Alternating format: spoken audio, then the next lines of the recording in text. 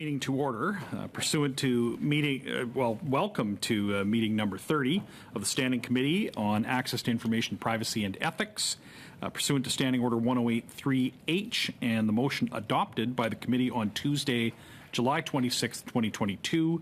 The committee is meeting to study device investigation tools used by the Royal Canadian Mounted Police.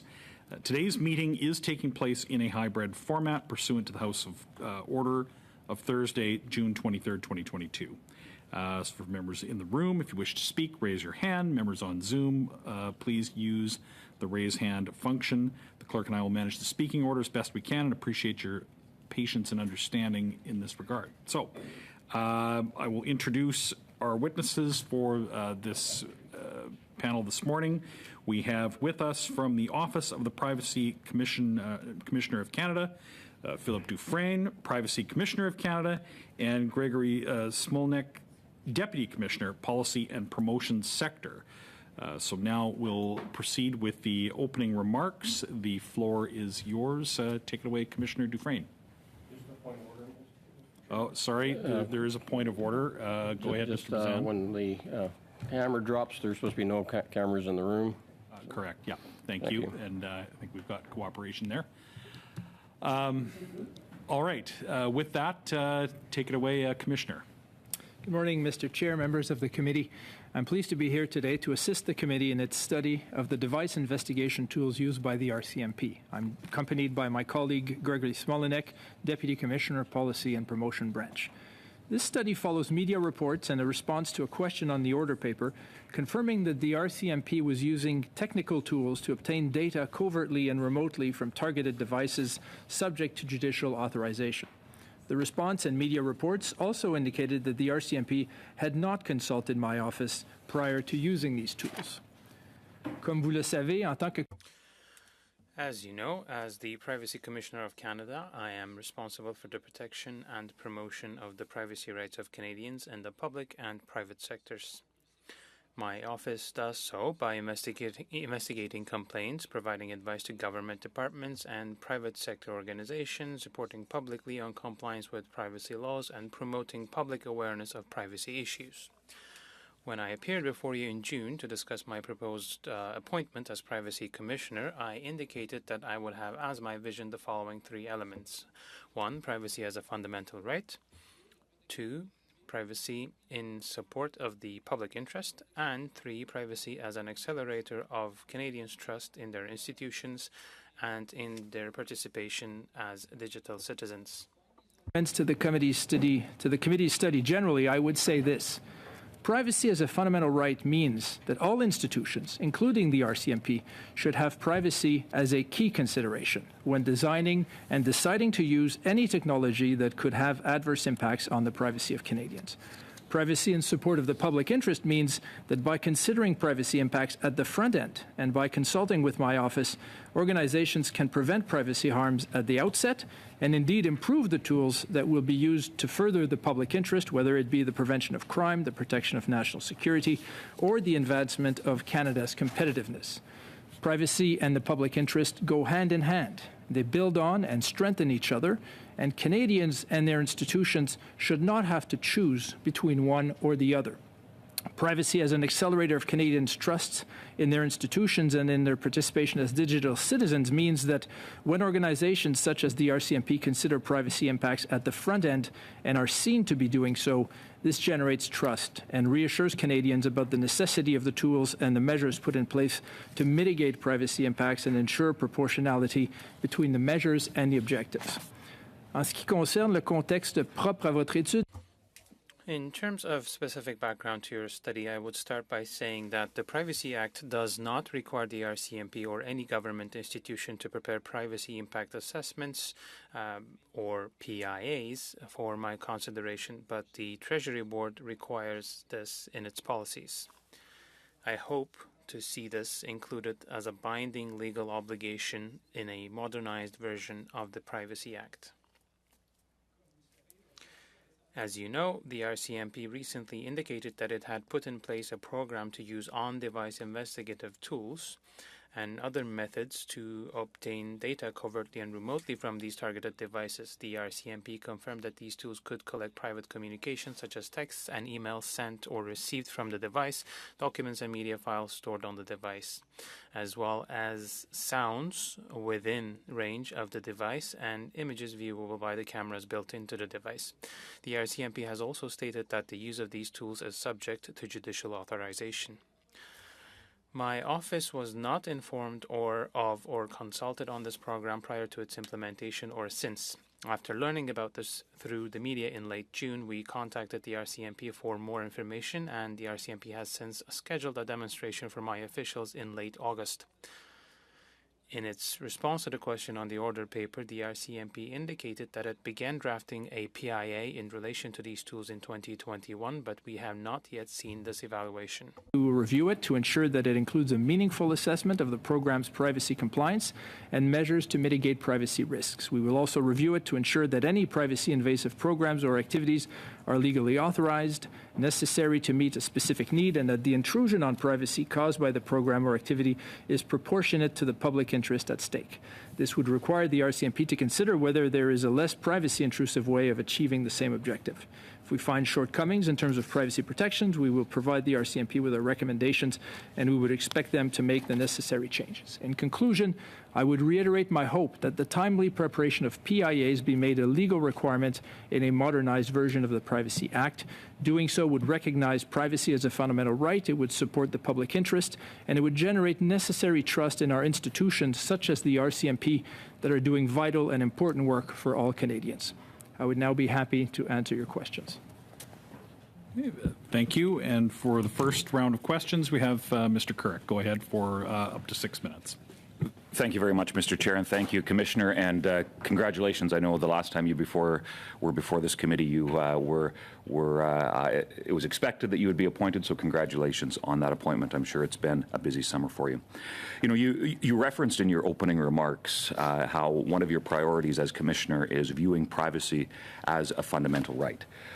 Certainly with the order paper question, some concerns around the way that the RCMP and the government approached the procurement of this software.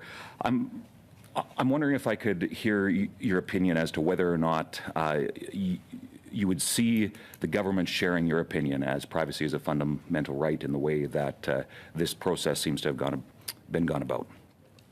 Well, I know that the Department of Justice has issued a paper recommending proposed modifications to the Privacy Act in a modernized version, and this committee has done as well. And one of those goes to the preamble, strengthening the language in a preamble to highlight the fundamental importance of privacy to dignity and the rights of Canadians. And so what I would say is seeing this as a fundamental right, we should have, all institutions should have it as top of mind. It should be a culture of privacy, it should be privacy by design, so when thinking of new tools, new public interest opportunities, that priority is given to considering the impacts on privacy.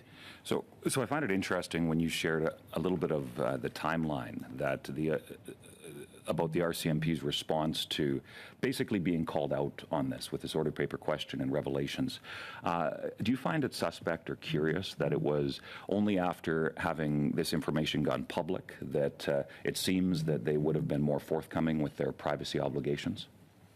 Well, what I will say is that the impact of this type of information coming out in the public through media reports or questions can raise questions and can raise concerns. And so I think from a trust standpoint and from a generating confidence, it would be preferable, far preferable, that privacy impacts assessment be done at the front end, that my office be consulted, and that this can be conveyed somehow to Canadians so that they are reassured. There are institutions that are there, such as my office, to provide advice and to make sure that privacy is top of mind.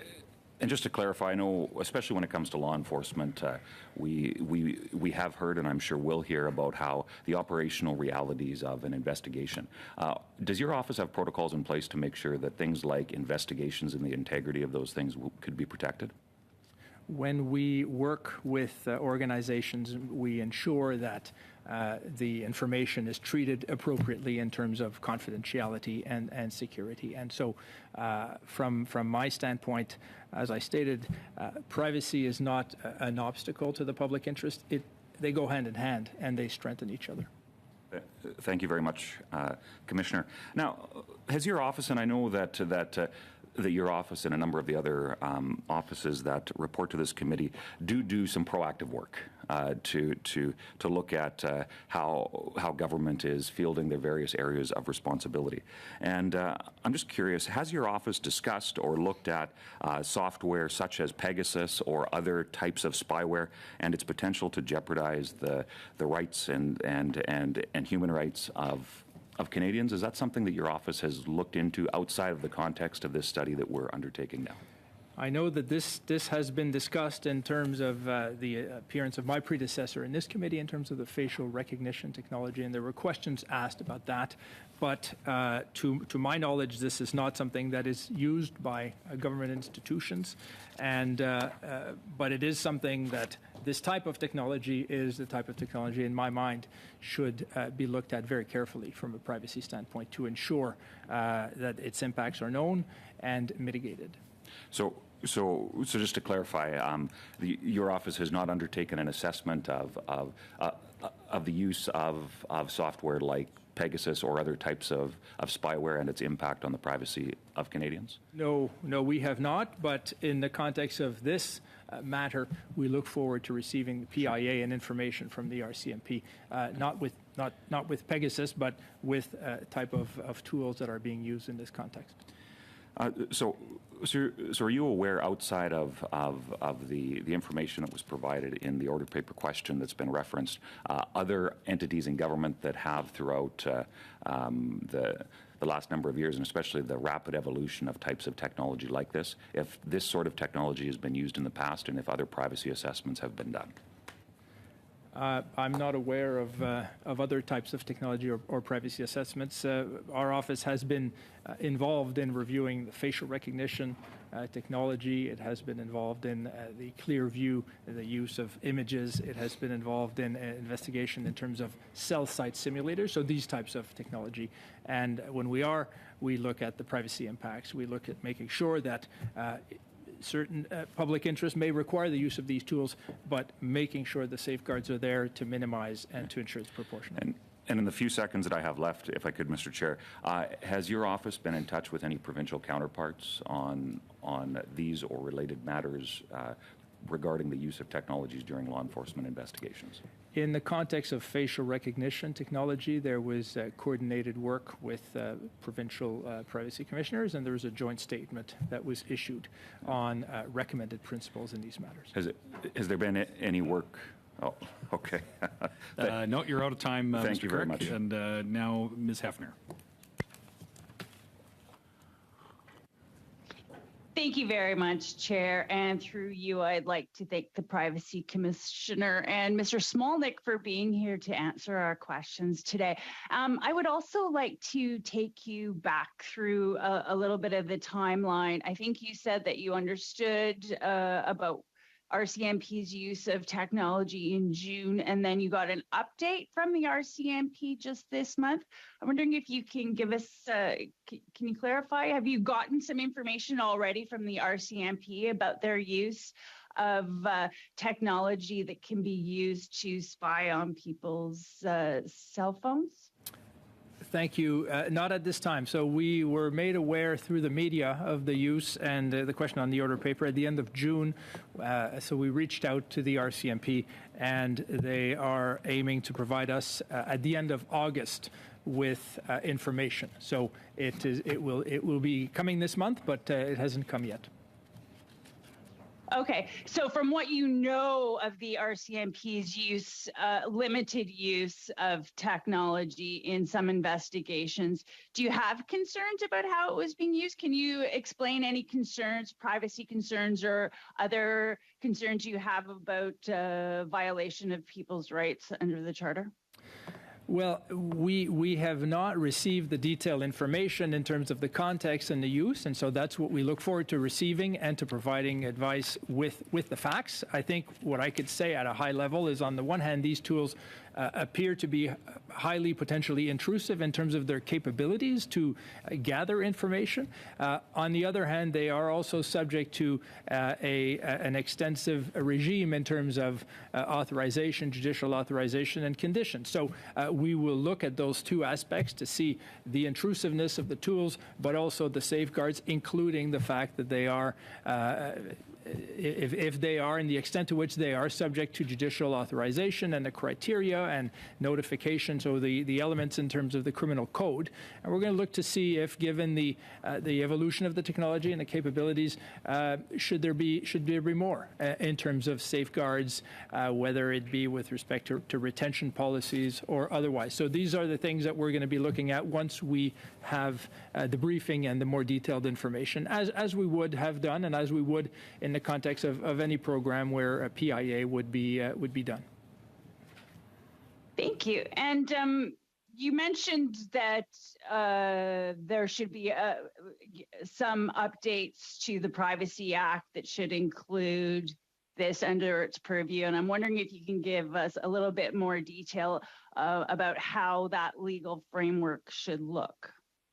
Sure, and so currently there's no legal obligation on departments or the RCMP for doing this. There is a policy from the Treasury Board, and there's a directive, and those policy instruments require that PIAs be done when there's a new program or new use of, that could be potentially having an impact on the privacy of Canadians. And there's a requirement that my office be notified early enough so that we can provide meaningful input. And the idea is again, to reassure Canadians and also to ensure that the information and advice is there. But we see situations like this one where this is done very late after the tools have been used for some time. So we're not in a position where we can address or prevent. We're in a reactive mode. And our advice and recommendation, my hope, is that this be made a legal obligation in the Privacy Act, because then there would be, hopefully, more timely compliance with this requirement. So is the RCMP required to consult with you before starting the use of technology like this, given that there's several layers of judicial authorization needed for them to use the technology? Well, under not a legal obligation, but under the policy documents of the Treasury Board. So this is something that's not legally required, but it's more internal. So the sanctions could be imposed by the Treasury Board itself, or removal of delegation, or these types of things. But there is certainly in this policy the sense that my office should be notified, and that a PIA should be done in high-risk situations where the tools can have an impact on privacy. So the fact that there's a judicial authorization regime doesn't remove the need to do a PIA, but it's an important element that would be certainly looked at and considered in the PIA as a mitigation measure. And you would like to see it become a legal requirement that your office be consulted? That the PIA be done would be the legal requirement, that my office be consulted in appropriate cases. And again, there may be situations you have to manage the risk at play, the sensitivity of the information. Situations have to be looked at on their facts, but our recommendation is that if it were a legal obligation, there would be more compliance, and maybe it would help organizations ensure that they do it, that they have the resources to do it, that they're coordinated enough to do it. I understand that that organizations have a lot of pressure and have a lot of things that they have to bear in mind, and so I'm very sympathetic to that. I think having it as a legal obligation sometimes is helpful, because it focuses the attention on that. All right. Thank you. And with that, okay. Ms. Hefner, you are out of time. And now we'll go to Monsieur Villemeux pour 6 minutes. Merci, Monsieur le Président. Thank you, Mr. Chair. As my colleagues, I would like to go ahead and congratulate, the Commissioner for his new role. So the objective of our committee is not to conduct a witch hunt. It is simply to see if there are means of creating a legislative, political, and public environment in which we can protect Canadians, and especially when we talk about fundamental rights, confidence, public interest, that is our objective here in this committee. So I'd like to thank you for being with us this morning. It is clear that technology evolves quickly and sometimes quicker than we are capable of following in terms of our legislation. But at the same time, other communities, other countries have actually discussed this subject of spyware in more depth. So, what can you tell us in terms of the acceptance of spyware by a government entity or others? Well, the use of spyware by a government agency, of course, brings to mind questions about the protection of privacy. It might be done in appropriate cases because private life is not an obstacle to public interest, but it has to be a consideration in every case. It is a fundamental right. We have to consider this because it touches upon human dignity of individuals. And of course, we are in a period of technological advancement, as you mentioned. The tools are getting more and more advanced. We are not no longer in a scenario where you have a landline that you can intercept. There's a lot more information on people's phones. So the approach that we'd rather see is that there should be some consideration for privacy since the beginning, especially when we're dealing with technologies that become more and more potentially intrusive, so that we can evaluate what the risks are, what the necessity is, because there are necessity and proportionality criteria that have been proposed by my office, by this committee even. So maybe we can use the tool. It's not an absolute no to the use of that tool. There might be a balance that can be achieved, but we have to make sure that there are verifications in place, one, to protect privacy, but also to be seen as protecting privacy. That should be the perception of amid Canadians. Of course, the feeling of security is very important. It is clear that the tool itself is moral or immoral. It's the use that you make of it. These tools, I think, are intrusive, and it is without people's knowledge that these can be installed on people's phones, so people wouldn't even be aware that it's on their phone. So your office has the duty of evaluating legislation with this idea in mind. Do you think that entities similar to the RCMP or RCMP itself would need a framework for this evaluation? They do self-evaluation, for instance, and they might draw their own conclusions, but there are limits to self-evaluation. I think it's an important point that you're making. And this afternoon, I think you will hear from the RCMP as well. And I think they will also underline that these tools are part of a regime as per the Section 6 of the Criminal Code. And their use is dependent on judicial authorization. It is an important element to consider. There are criteria as well in the same section of the Criminal Code dealing with criminal investigations. But what we're saying is that when these tools are new, they are very powerful, potentially intrusive. Even though we are within a system where there are judicial controls, it's still important to check privacy implications. There are regimes that allow this. It's not a judicial regime. It's something that comes from the Treasury Board, and my office is asking the department that these questions should be asked. It should be documented, and it should be made clear why tools are used when they're used. And they might conclude by saying, yes, it is intrusive, but it was necessary because it was a difficult investigation. We had no other means, so we had to resort to this. So it's not about choosing one between public interest and privacy of Canadians, but these checks and evaluations should be done before the fact, and it should not be something that we find out in an article in the media or in a committee meeting, for instance.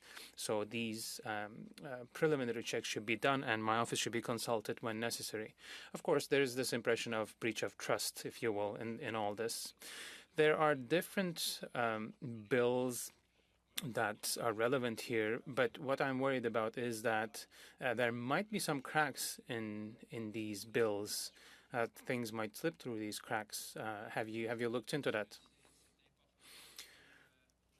I think it's important for parliamentarians to do that. It's important for my office to be aware of this. It's important for the relevant parties, of course, to be asking themselves the questions of verification, what the impacts might be in terms of privacy. There are different bills, as you mentioned, different initiatives, and organizations should make privacy central to their programs, but parliamentarians, of course, should have the same approach when they're working on legislation. And my office will always be there, of course, to give its opinion to committees. Do you think that there's a need for a moratorium on spyware to take the time to really evaluate things? I think, as it was done with facial recognition technology, it is important to see the scope of things. We were talking about judicial authorization at this point in time, and we would want to, of course, work on the specific information to come forward from the RCMP to see what the implications might be, and so that we can come up with some recommendations. Thank you so much.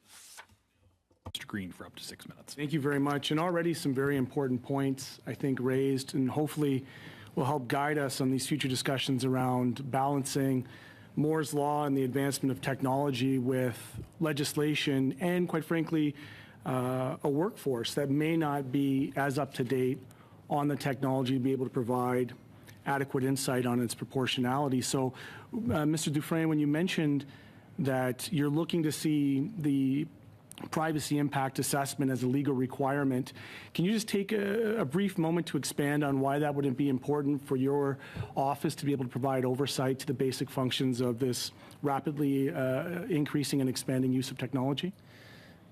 Absolutely. Privacy impact assessments, in my mind, are an important tool for a culture of privacy, for a culture where privacy is top of mind. When we are designing tools that organizations who are meeting many obligations and facing pressures, and time is limited for decision makers, I understand that. But having that framework, getting into this habit of asking the question, what is the impact on privacy? How large is it? How necessary is it? What is my purpose?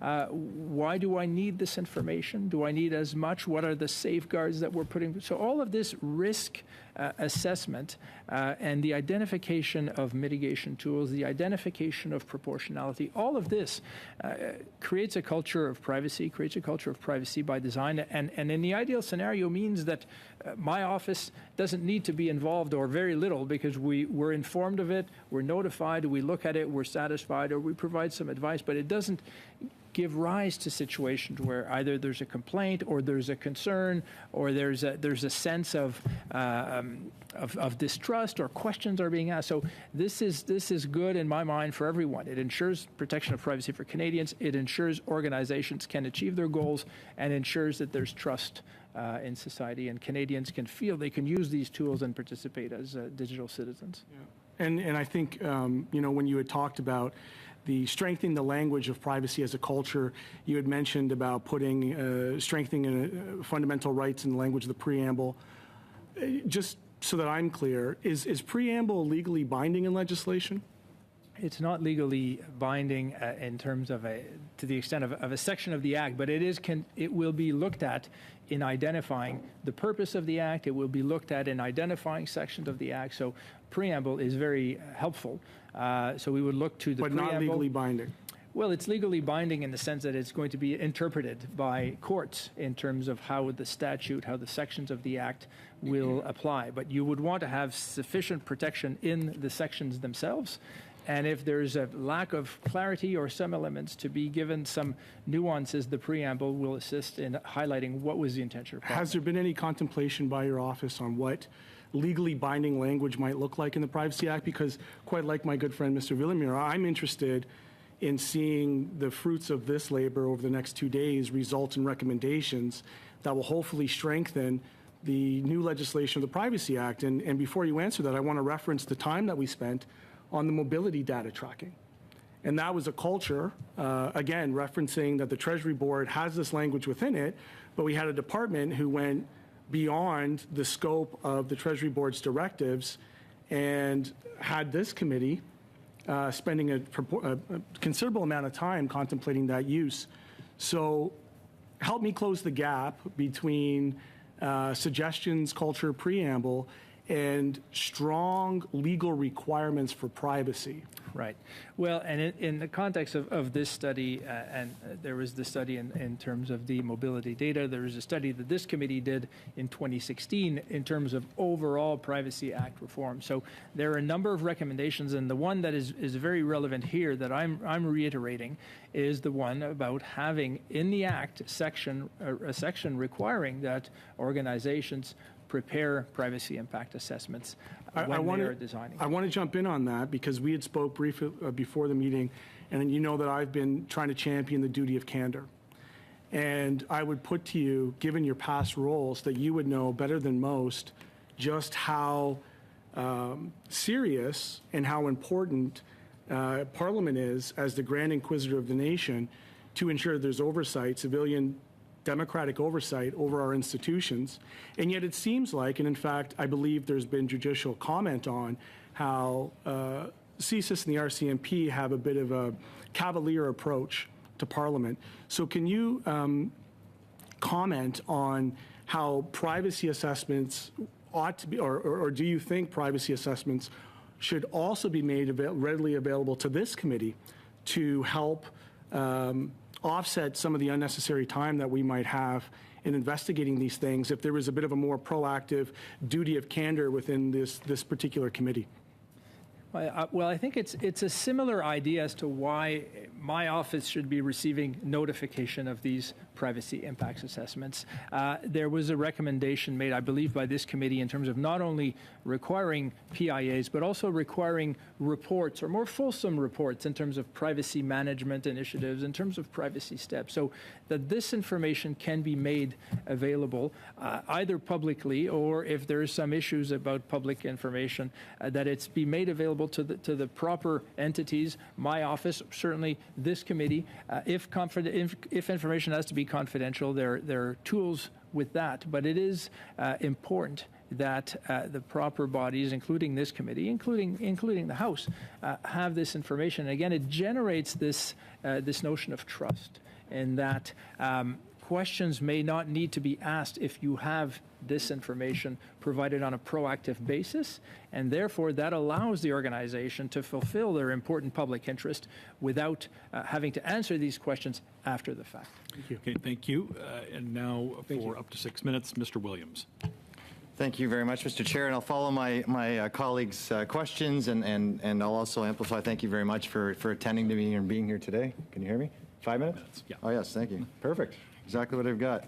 I want to walk back a little bit on how your office became involved today and why we're here. Did you hear about this technology only through the media, or were there other ways that you heard about how this was occurring? We heard about this from the media. Okay. And do you have any more information in your office at this point, or just that you're going to get information in the end of August? The information that I have is the information that I have from the media reports, also from the RCMP's answer to the question on the order papers, so there's more information there.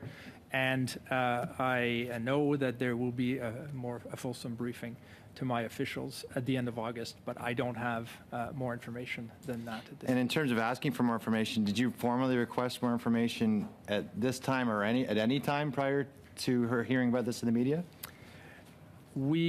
As soon as we heard about it in the media on June 27th, we reached out to the RCMP. I believe on June 30th, we made the request for the meeting, and the meeting now will take place at the end of August. Okay, and did your office, you just asked for a meeting, no other information at the time? What I understand is that we asked to be provided with information about this initiative, these tools, and a briefing on those tools. I don't know if there's more information, but I expect that we're going to receive enough information so that we can provide meaningful input on this, and I expect that we will receive the PIA as well. Oh, you've asked for the PIA? We know that the PIA, we've been informed the PIA was done in 2021, and this is something that we're going to want to see. I don't know if we're going to see this at the end of August, but this is something that we will want to see. Okay, and going on some last testimony, you had mentioned that the PIAs are non-intrusive, they're very private themselves. So have you done a PIA on the RCMP and other past technologies in the past? What I know is that the office was involved in reviewing the facial recognition technology in the Clearview AI. We also had an investigation in terms of use of cell site simulator data. I don't know if my colleague has more information in terms of PIA that would have been proactively shared and discussed with us. There have been other PIAs submitted by the RCMP historically in the past. And have they always given fully what your office needed when you've asked for them? Well, typically it's not unusual in a PIA submission that we would request additional information upon receipt of the PIA. We'd ask additional questions. It's a little bit of an iterative process where we may ask for supplementary information or documentation as part of our review of a PIA. So that happens quite frequently. Okay. In terms of your office and your knowledge, and it comes to all this new technology that we're using, are you aware of who approves this information? Would it be the RCMP themselves? Is the government involved, any offices of the government at all, public safety, et cetera, involved in the procurement of that technology? I'm not sure of the internal workings. This is a question that should be properly asked to the RCMP. I've seen the information they gave in the question on the order paper. Okay. When we talk about this technology, we've gone through this with your predecessor before, with facial recognition, with cell phone mobility data. Does it concern you that a general warrant in this kind of technology is all that's necessary to remotely access someone's phone or microphone or camera? Well, again, I will want to know the details from the RCMP, which warrant they are using, which authority they are using.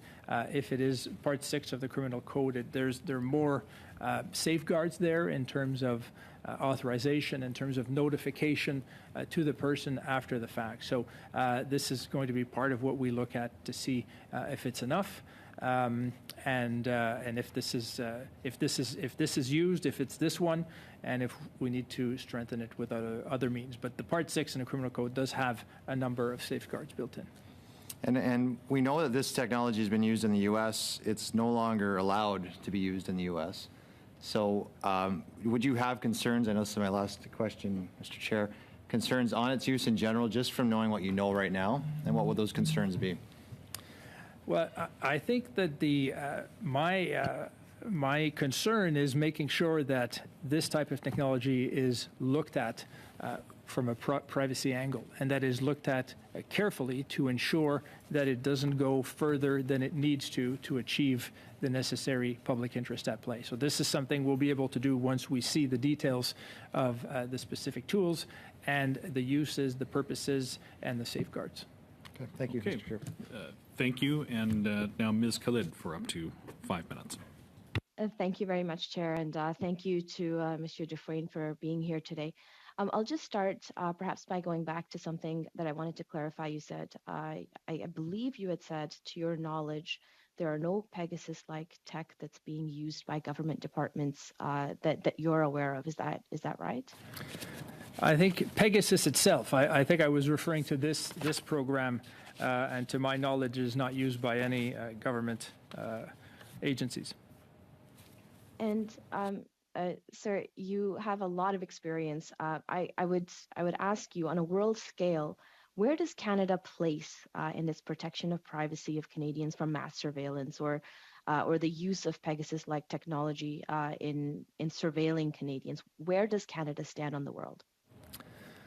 Well, I think Canada has a number of safeguards, and the role of my office is to ensure that we can make them stronger and to promote making them stronger. So we've called for law reform for the Privacy Act to modernize it so that it catches up to new technology. There is a Bill C-27 currently before the House in terms of private sector privacy. I think that we have we value privacy as Canadians, and I think it's something that has to be top of mind, which is why I say privacy is a fundamental right. It has to be so. It has to be seen as such. It is not an obstacle to the public interest. It has to be there. It has to work with the public interest, but it has to be something that we communicate and we address to build trust for Canadians. So I think we have a strong system.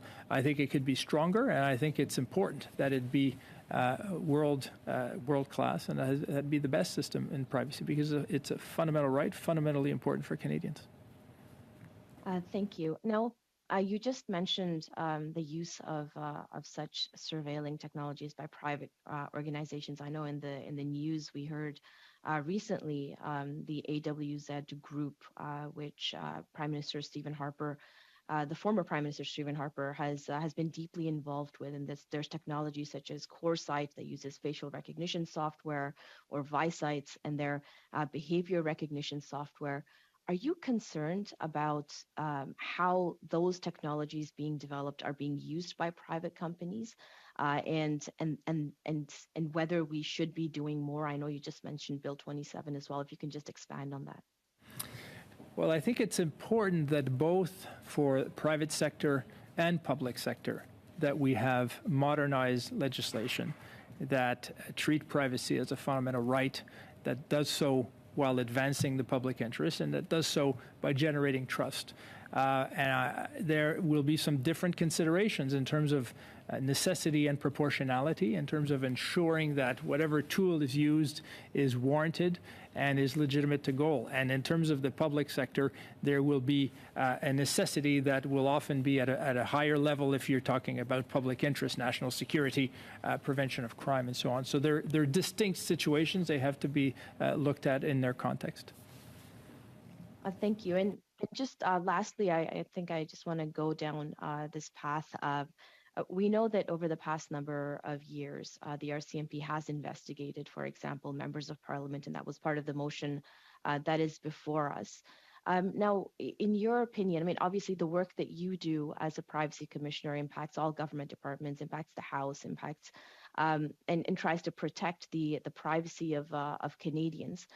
Where do you see that balance between the role that the RCMP plays in balancing privacy and security of Canadians versus the role that you play in ensuring the privacy is protected, while also that justice is done and is seen to be done as well in an efficient manner? What are your thoughts about that?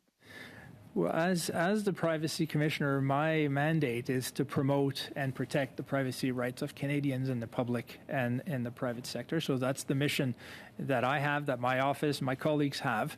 But my vision would be that we have a culture of privacy in Canada throughout the whole of government, and that whatever organization, whatever department, that they have privacy as a consideration, including the RCMP. So the RCMP has its own mission and its own mandate in terms of protecting Canadians, and they can talk about it more eloquently than I, but I concluded my remarks by describing it, I think, as being vital and important to Canadians. So it's of fundamental importance. My goal is that by doing so, they nonetheless have privacy as top of mind. I think that is doable. I think that strengthens privacy, which is a fundamental right, but it also strengthens the mission of organizations, in this case, law enforcement and protecting Canadians, because it generates trust and it ensures that Canadians will know what they can do and what's being done. And I think that ultimately helps the RCMP in its mandate. Okay. And lastly, thank you. No, you're sorry, Ms. Khalid, you're out of time. Thank you, Chair. Monsieur Vermeuil, pour 2 minutes et midi. Merci beaucoup, Monsieur. Thank you, Chair. 2 minutes and 30 seconds will go quickly. Documents received by the RCMP talk about Section 6 of the Code, and it is as if it replaces the Office of the Commissioner what do you think? What's your comment on that? It doesn't replace the office. It's two separate things. Section 6 outlines the circumstances in which the tool could be used by law enforcement. It talks about authorization from a judge and notification obligations. So there are all sorts of criteria in there. That's very important. Of course, the use of a tool that wouldn't be subject to such an obligation, such a regime, that would lead to a scenario with fewer mechanisms to mitigate. So, of course, a tool used in any situation, any and every situation towards everyone, that will be treated differently than a tool that would be used in a targeted manner in specific investigations with authorization. But it doesn't take away the necessity that law enforcement, when they deploy new tools, they have to do they have to carry out privacy impact assessments. That is the role in there, and that's the role of my office as well. That is to provide our opinion. And maybe we would say, of course, yes, this mechanism is sufficient. We are happy. We're satisfied. And then the agency, they can say this publicly to reassure the public, or we can say, yes, this is all very good, but there are shortcomings because this technology is evolving. So you have to improve this regime. That you should introduce either different criteria or new mechanisms. So all of this is possible, but this wouldn't be an automatic outcome of Section 6. But Section 6, it provides a good framework, but you have additional framework that you provide from your office. Now, my colleague was talking about the directives of the Treasury Board, but it's not the same strength as law. So we have to make sure that these obligations are enshrined in law rather than leaving them to the choice of an administrative directive that can be modified later on. I think so. That is my opinion. It can be modified at any point in time. Yes, a law can be amended as well. Legislation can be amended too. But given the importance of carrying out these evaluations and the benefits that we can achieve from these evaluations for Canadians, for organizations in question, the fact that having an obligation, a judicial obligation that helps people do it, that provides a necessary motivation when you have a situation as a decision maker where you're juggling multiple obligations at the same time. To Mr. Green, it's tough, but sometimes I'm just not going to be able to let questions go fully the answer go too long when a question is posed right at the very end of their round. But go ahead, Mr. Green. Do you believe that the use of technologies like this by law enforcement have the potential to violate rights guaranteed by the Charter of Rights and Freedoms? Well, I think that the Charter of Rights is there, and it can be raised in appropriate cases if there's a violation. So I think that the regime is there, the protection is there. This is something that would be raised before courts and would be decided by courts. What I would say in terms of my mandate as the Privacy Commissioner is to say that they have the potential of having impacts on privacy. And so they need to be looked at from that standpoint. There is a regime that allows that, and it is the regime of the privacy impacts assessment. And I would hope that this be made a legal obligation and that this be done early enough in the process so that we can course correct if needed, as opposed to doing it long after it's been started. Thank you. I know that you had mentioned that you'd like to see frameworks in place to ensure the technologies don't go further than it needs to. And I'm not sure if you are aware of the document submitted by the RCMP on a warrant, which was like a sample warrant. Are you familiar with the matter for the application of general warrants by Justice Bertha Wilson? Did you have a chance to look at that? I'm not sure well, that I am. I'll reference in for you just the top sentence that says, when oral communications have been intercepted using the ODIT, the monitor who subsequently reviews the communication must cease reviewing the communication as soon as the monitor determines that no person in paragraph 3 is a party to the communication. It sets a parameter. Right? And the challenge that I have with the cavalier nature of law enforcement, you referenced Stingray technology where they're mass intercepting communications from everybody and then kind of deciding which ones they'll use, is who reviews their use.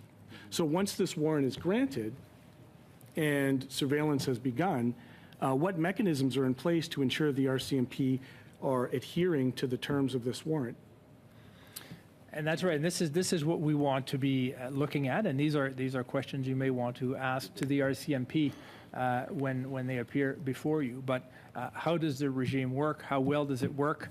There is judicial authorization, and there is follow-up that can be done there. There's notification. Just quickly before my time's up, do you have anybody in your office who you feel has the technical knowledge to deal with the emerging technology at pace with the legislation? Okay, your time is up, so we'll have time for a yes or no answer, and then we'll Can you prepare that in writing, perhaps, for the committee? You may request so. We can provide information to the committee on our technical unit. Okay, thank you. With that, then we go to Mr. Bazan.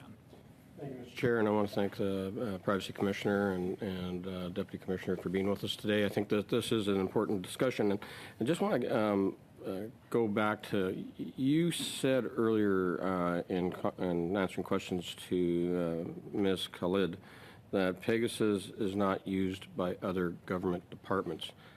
How do you know that when the RCMP never disclosed proactively that they were using on-device investigative tools? How do you not know that CSIS, CSE, CBSA, National Defense are making use of this type of technology? Right. What I perhaps should have said is I'm not aware of any government entity using it. So I don't know for a fact that they're not, but I don't have confirmation. This is about a lack of transparency by the government because they haven't been disclosing this information to you proactively, and that's why we need to have the privacy impact analysis embedded in the Privacy Act legislation so that all departments are obligated to do these impact analysis and request the advice of your office to ensure that they are compliant. Have you reached out now that you know that the RCMP have deployed this technology in the past? Have you reached out to other government agencies that are responsible to you on whether or not they're using other like Pegasus type ODIT? No, we have not. We've reached out to the RCMP after this matter became public, and we would expect that the government departments to have the onus on reaching our office and advising us if they are using tools. And so that's the expectation. You wouldn't be interested in actually asking them directly as your role as commissioner to whether or not they will disclose that they use on-device investigative technology? We can reach out to them in our exchanges, but what's important, I think, is that the obligation rests on departments themselves to notify my office if they are using these tools.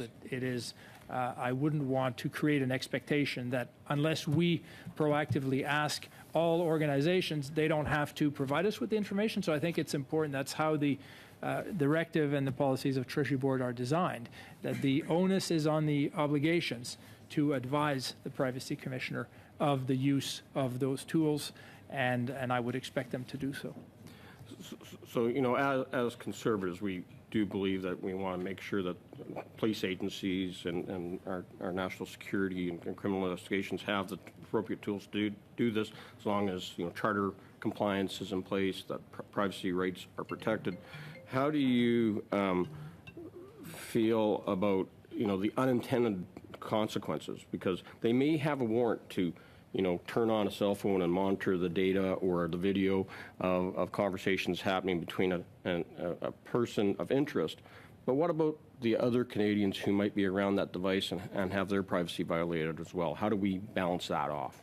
Well, that is exactly the type of question that we would be asking in terms of looking at a PIA. This is the type of approach that I would call a culture of privacy, to say, well, what is the impact on the privacy of Canadians, and are you going further than you need to?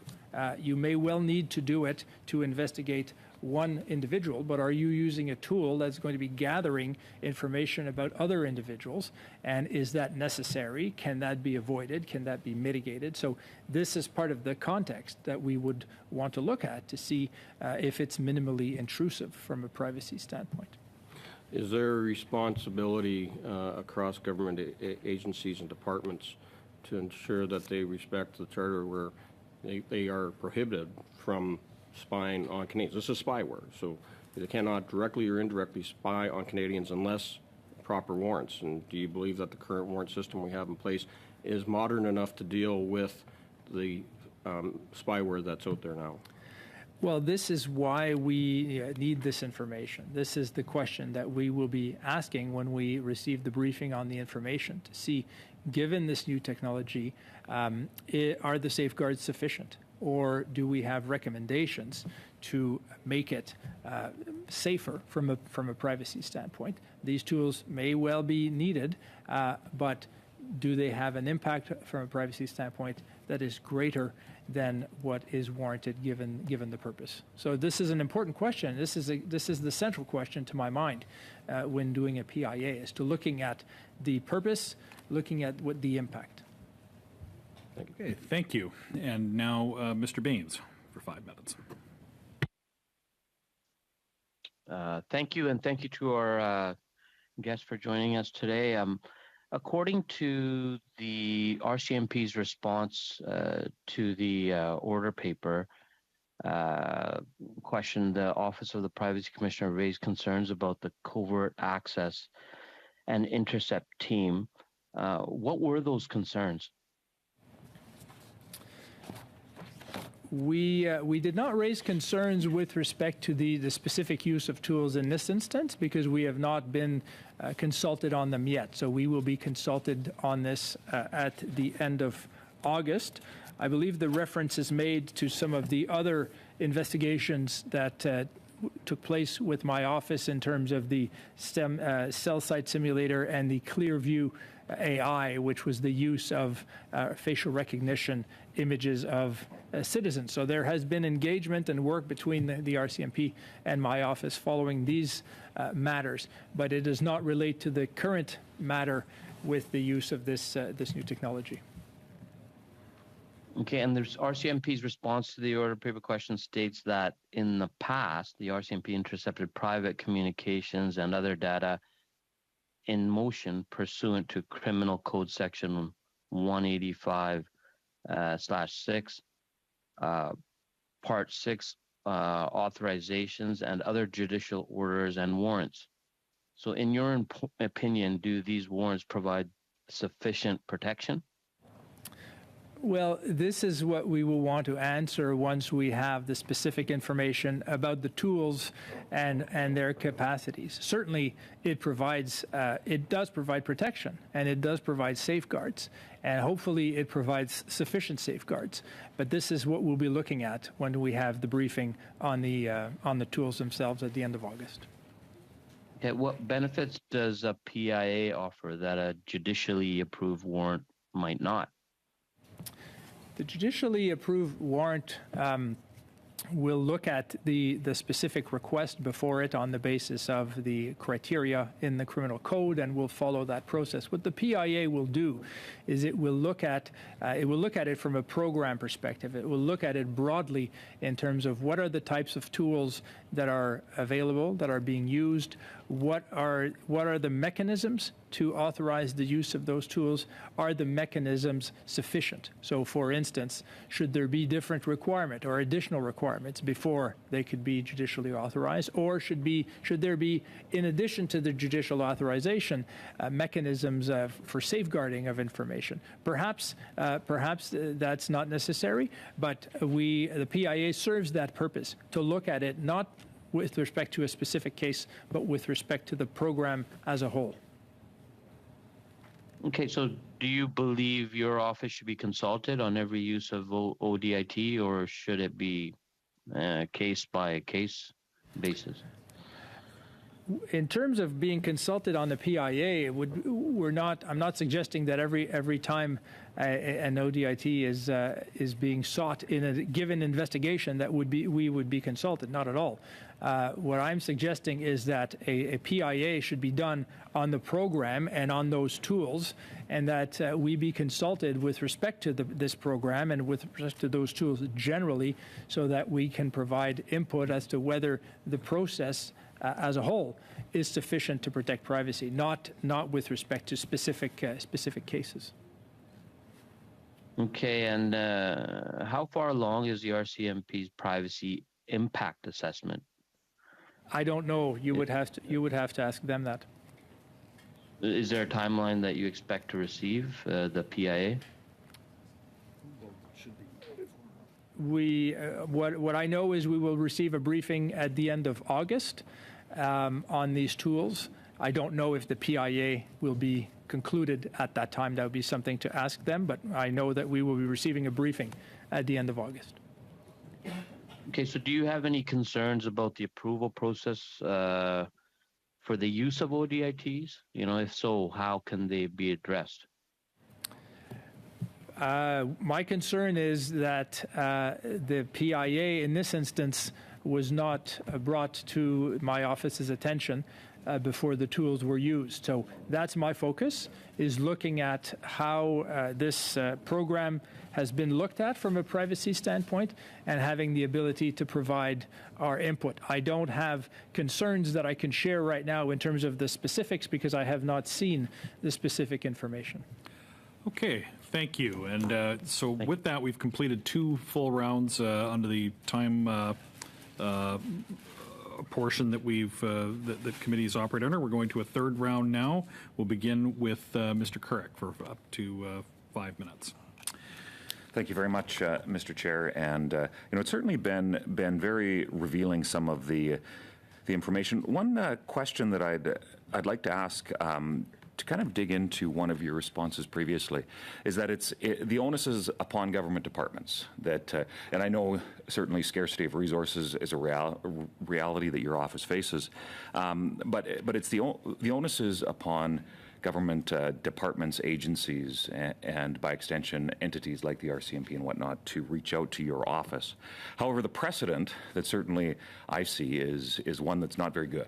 The fact that the RCMP, and if I'm looking at the timeline, waited 3 years after starting to use this type of technology to do a privacy impact assessment, only reached out to your office after it went to the media a couple of years after that. That's not a good precedent. We saw the same sort of dynamic that existed when it was dealing with the use of mobility data, facial recognition technology. The list goes on, and the fact that the onus is upon departments certainly doesn't give me that much confidence that proactive work is being done.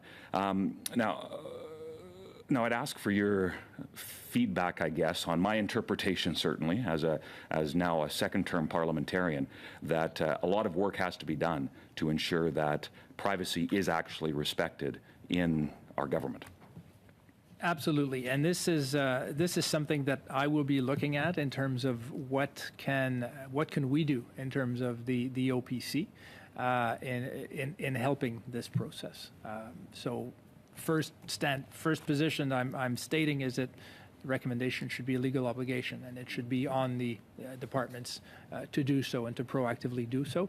I've been having good exchanges and meeting my counterparts. It's been my first month as a privacy commissioner. I've spent a lot of time reaching out and having good discussions, and I sense a lot of goodwill. And so I want to build on that, and I want to create means of communication and exchanges. So I'll be looking to see how we can improve that. Sorry, just to clarify, counterparts, do you mean provincial or within agencies and departments? What do you mean by? Both with respect to provincial counterparts, with respect to departments, with respect to a private sector. So I'm going to continue that outreach and to see how we can help that process to make sure the information flows. So certainly, when it comes to, and I'm glad that the RCMP will be briefing you and your office come the end of August, although again disappointing that it's only under these circumstances that's taking place. I'd asked in my previous round for you to clarify if your office had safeguards in place to ensure that operational integrity of something like a law enforcement entity like the RCMP, to ensure that an investigation is not compromised and whatnot. And I'd like to give you an opportunity to expand a little bit on that, especially as the RCMP and the Minister of Public Safety will be appearing before this committee a little bit later. Can you expand as to some of the steps that you and your office have to ensure that entities like the RCMP or other arms agencies, departments of government can be assured that if they reach out to you, the operational integrity of something like an investigation would be protected?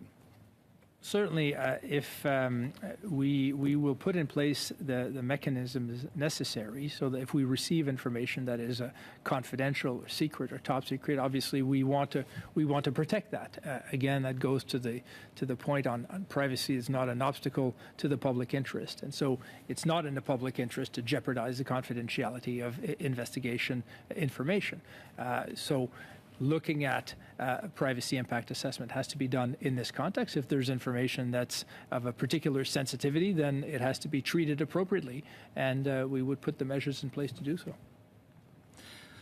Thank you very much. And just in the final minute or so of my question, you've talked about the updates that need to be made to the Act, and maybe a minute is probably not enough time. So if I could ask for you to provide to this committee what specific provisions within the legislation need to be changed, that onus to have it codified, not simply within the preamble of the legislation, but what specifically needs to be done.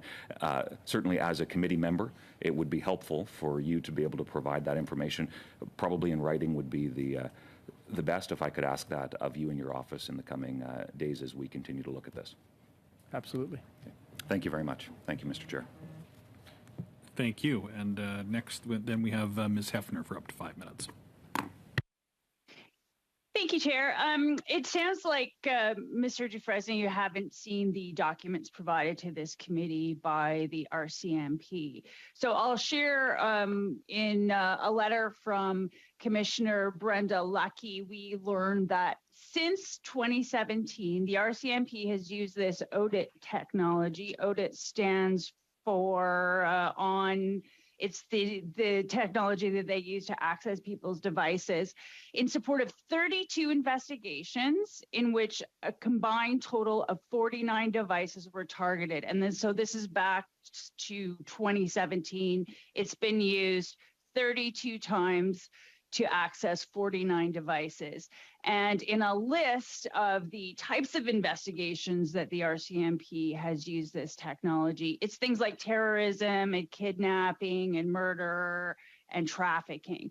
So it sounds like it's not like this technology has been overused. Or what's your impression of the way that the technology has been used thus far, according to what we've learned from the RCMP?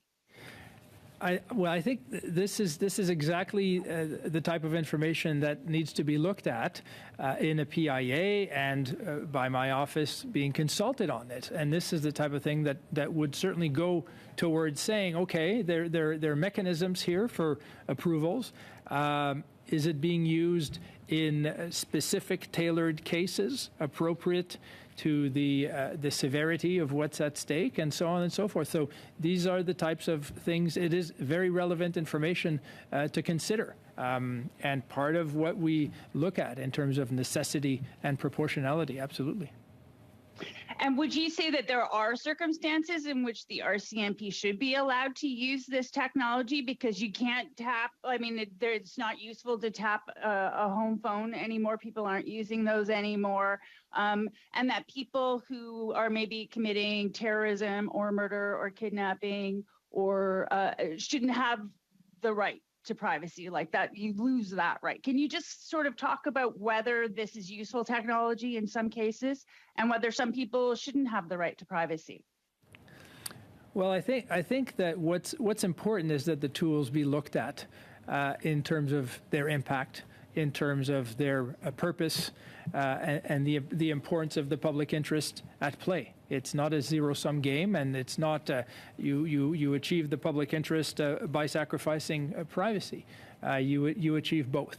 But I think that there certainly is an argument to be made in terms of having some requirements for authorization in the criminal code approved by Parliament, providing some specific conditions, and information about the types of situations where it is used. So this is all certainly things that we would be looking at and seeing if is there more that we could recommend to make this stronger from a privacy standpoint. Maybe there will be, maybe there won't be, but the important thing is that this exercise take place because it could strengthen the program. Maybe it won't need to strengthen it because the program is already strong enough, but it will strengthen trust because it will reassure Canadians that there's been a vetting of this from a privacy standpoint.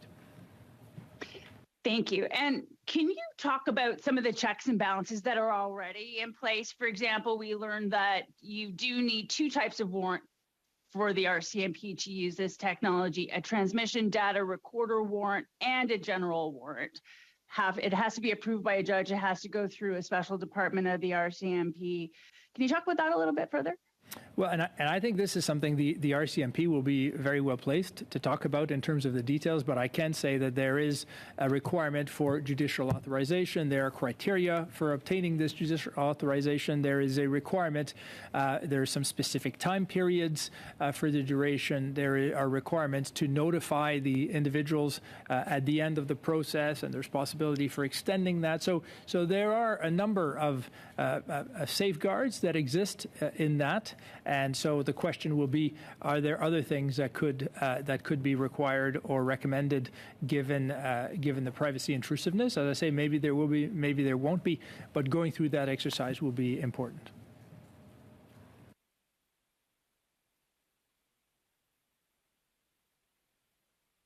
You had maybe a few seconds left there, Ms. Hefner. I'm not sure maybe if you were muted or if you had a... I was muted, sorry, okay. But I was just signing off anyway because I realized I only had a few seconds. Thanks very much, Chair. All right. Yes, and now we're at 5 minutes now. So with that, we'll go to Monsieur Villemur for 2.5. Yep, go ahead. Thank you, Mr. Chair. When we talk about privacy as a fundamental right and public interest and confidence, learning about these things in the media, of course, is damaging to these elements. Do you think that there needs to be a public debate on privacy and the use of these technologies? Because right now, citizens are worried. They do not fully understand what's going on. It's all very complicated. Should there be a public debate? I think there is a public debate on the subject at this moment with this committee, for instance, which plays a very important role, which is asking these questions, undertaking this study, and the recommendations you will end up making will contribute to it all. My view is that it is important for the purpose of promoting privacy and talking about these subjects, technological advancement and others, will be helpful to keep Canadians in the loop.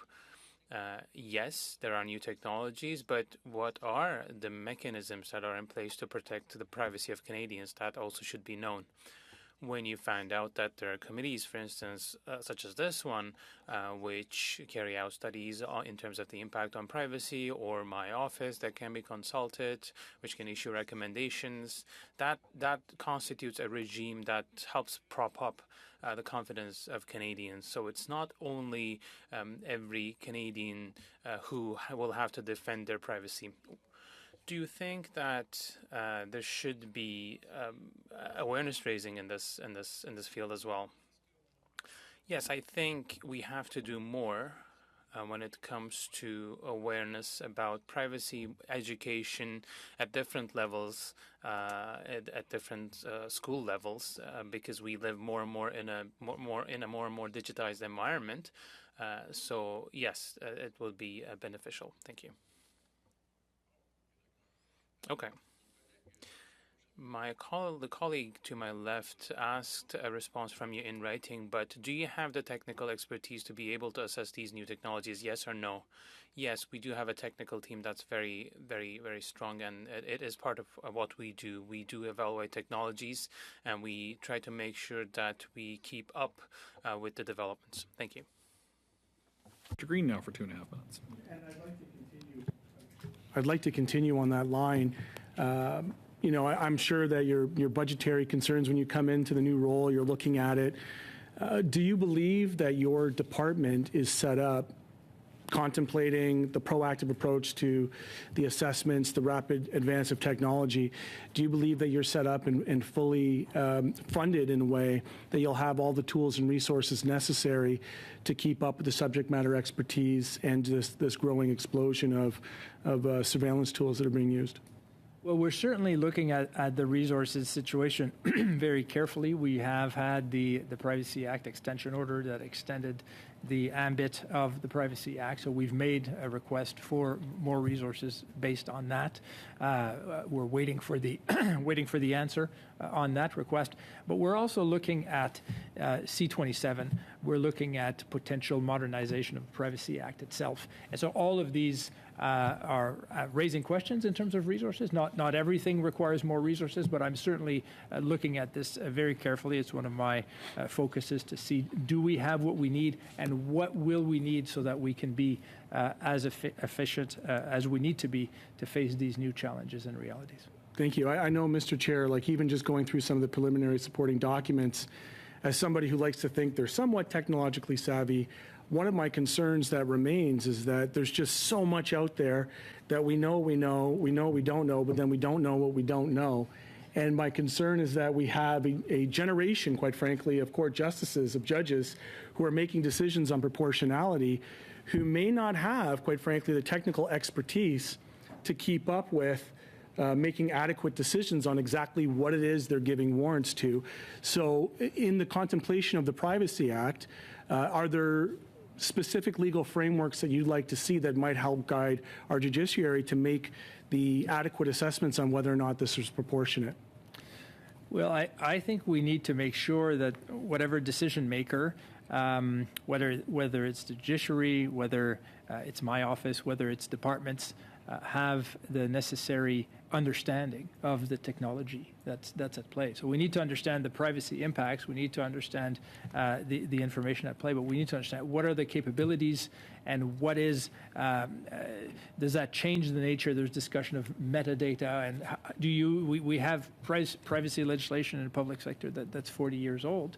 We have private sector, we have Bill C-27 that's going to be considered to modernize private sector. So it's important that legislation keep up, but also, as you rightly point out, the decision makers are properly equipped with that knowledge. And in this case, it's technological knowledge.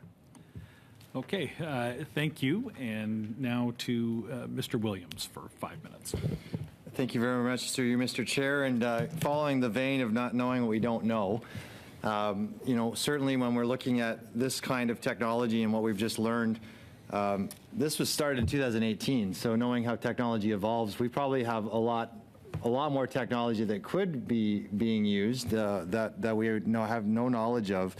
I want to go into some of the recommendations that you may or may not make from your end on this report that we're studying right now. I know that you're going to submit some of these in writing. Specifically knowing what this specific software can do, perhaps in your research. Is there anything new you'd recommend for the Privacy Act, not that we didn't have before in facial recognition technology or on mobile data? I think I will wait to get the briefing on those specific tools to see all of the capabilities that it has. But I think that we need to make sure that the legislation is, when it's amended, that it's done in a way that it can keep up with technology. So we can't amend legislation as quickly as technology evolves. So how do we make sure that the legislation is flexible enough to keep up with that technology that's going to be evolving? But I think the questions remain the same in terms of focusing on the impact, on the privacy intrusive nature of these tools, and comparing that to the goals and making sure that it goes no further than what is required by the goal. And in some of those recommendations, based on some of my research, there are a tremendous amount of loopholes that technology exploits in order to be able to use that. One of those is that if satellites go over Earth orbit and that information is contained on that satellite, there's ways that they can be stored in other countries. So that Canada can get that through other ways, but we have specific loopholes that we just haven't caught up to, and we know we're finding that out here. Is that something else your office is investigating and looking into when it comes to being as modern as possible when we redo these privacy laws? We're working very closely with our international counterparts and seeing how we can work together, put forward similar principles, and deal with these issues that, in many regards, know no borders. So that's part of what we do in terms of the international outreach and sharing of information. And in terms of public versus private, I know this has come up before. There's certainly sometimes different rules for private and public. You've also talked about working with the provinces. So specifically when it comes to private and public, working with the provinces, are we developing best practices in order to look at this technology as a whole, federally and provincially? We have great working collaborations with the provincial counterparts, and this is my first month, but I was told that there is a monthly calls and regular discussions and exchanges. So we do keep a close relationship to work with each other and to make sure that our respective legislation evolves in the right way. And we learn from best practices in one area. And my goal as the Federal Privacy Commissioner is making sure that I can give the best advice and recommendation to Parliament so that the federal legislation is as good as it can be. And similarly, looking at across the world, so our European partners, is that something your office is in contact with too, looking at what their privacy laws look like, privately and publicly, and how Absolutely. we can have the we best have practice? very close collaboration. I've had already exchanges with my counterparts since the start of my term on June 27th. And so we're looking at the GDPR, we're looking at developments in the US, developments in the UK. So we're facing similar challenges, and there are different approaches that are adopted. And so my office's goal is to look at what will work best for Canadians and to provide recommendations to Parliament via this committee. And so just to echo my counterpart, does your office at this point need any more resources to find more of that collaboration? Well, at this point, my office does need more resources. We've made a request for more resources already, and we're awaiting the response on that. And we are evaluating what we will need in terms of C27 and beyond. Thank you very much. Thanks, Mr. Chair. All right, and with that, we'll go to Ms. Khalid, who will be the last of this third round. Go ahead, Ms. Khalid. Thanks, Chair. Just to kind of start off, I know we've been talking a lot about the need for transparency to build that trust in public institutions. But on the flip side of that, do you think that like, for example, if somebody is watching this committee hearing, are they going to come away with the takeaway that the RCMP is doing mass surveillance on them? Are we kind of finding that right balance and kind of holding institutions to account? How is there a responsibility on us to also reassure the public that mass surveillance is not happening if that's the case? And what's your role with that regard? Thank you.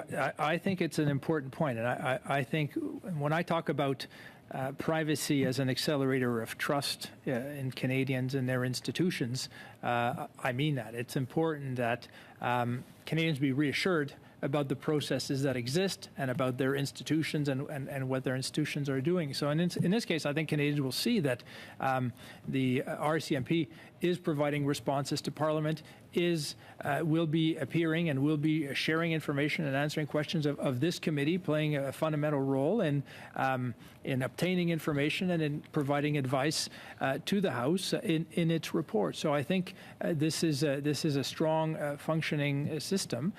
What I am advocating is that wanting to see even more of that in the context of privacy impacts assessments at the front end, because I think that would even further generate some of this trust and would perhaps allay concerns that may arise, perhaps needlessly, when something becomes public in the media, and then it creates some doubts, which at the end of the day may be unwarranted. Whereas if this had been looked at earlier on, perhaps there would have been a way of allaying that doubt even earlier. And just to continue on that, I know that some of my colleagues across the way, they've said that the RCMP is conducting mass surveillance on the mass population and on MPs. Do you have any comments on that? Is there any evidence of that? What I can say is I know that my officials have good working relations with the RCMP. I look forward to having the same with Commissioner Lucky and with the institution. So what I am saying is there's a good opportunity to conduct PIA, to provide information. We're available to work with the RCMP to provide advice on that on these tools. Thanks for that. And do you have any concerns about the public disclosure of policing techniques and technologies? I mean, how do we balance that right for the public to know versus the risk of criminal organizations kind of getting ahead of our own investigative tools here? Absolutely, and I think this would go to when I talk about privacy not being an obstacle to the public interest, and so they building each other. So that's very important. There may well be information that should not be made public. And if we're talking about criminal investigative techniques, there's probably a good potential that would apply in this instance. But doing a PIA internally, consulting my office confidentially and putting in place necessary safeguards, I think would not go against that. We look at it on a case-by-case basis, but not everything can be made public. And so that's something that would be looked at on the facts of its case. So just based on that, do I understand you correctly that you're seeking to find that balance between privacy rights and working competently to protect the safety and security of Canadians through the PIA system? So in other words, arguing that legislated PIAs will help both governments and agencies and individuals find that balance between privacy and security? I think that's a very good way of formulating it. I would agree with that. Privacy is a fundamental right.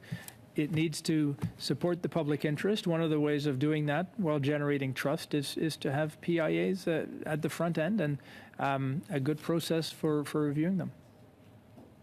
Thank you. And lastly, I'll just ask if there's anything that you'd like to add on to what you've been asked today and what you've been asked to comment on today. As words of advice for our committee or recommendations that you want to put forward before us?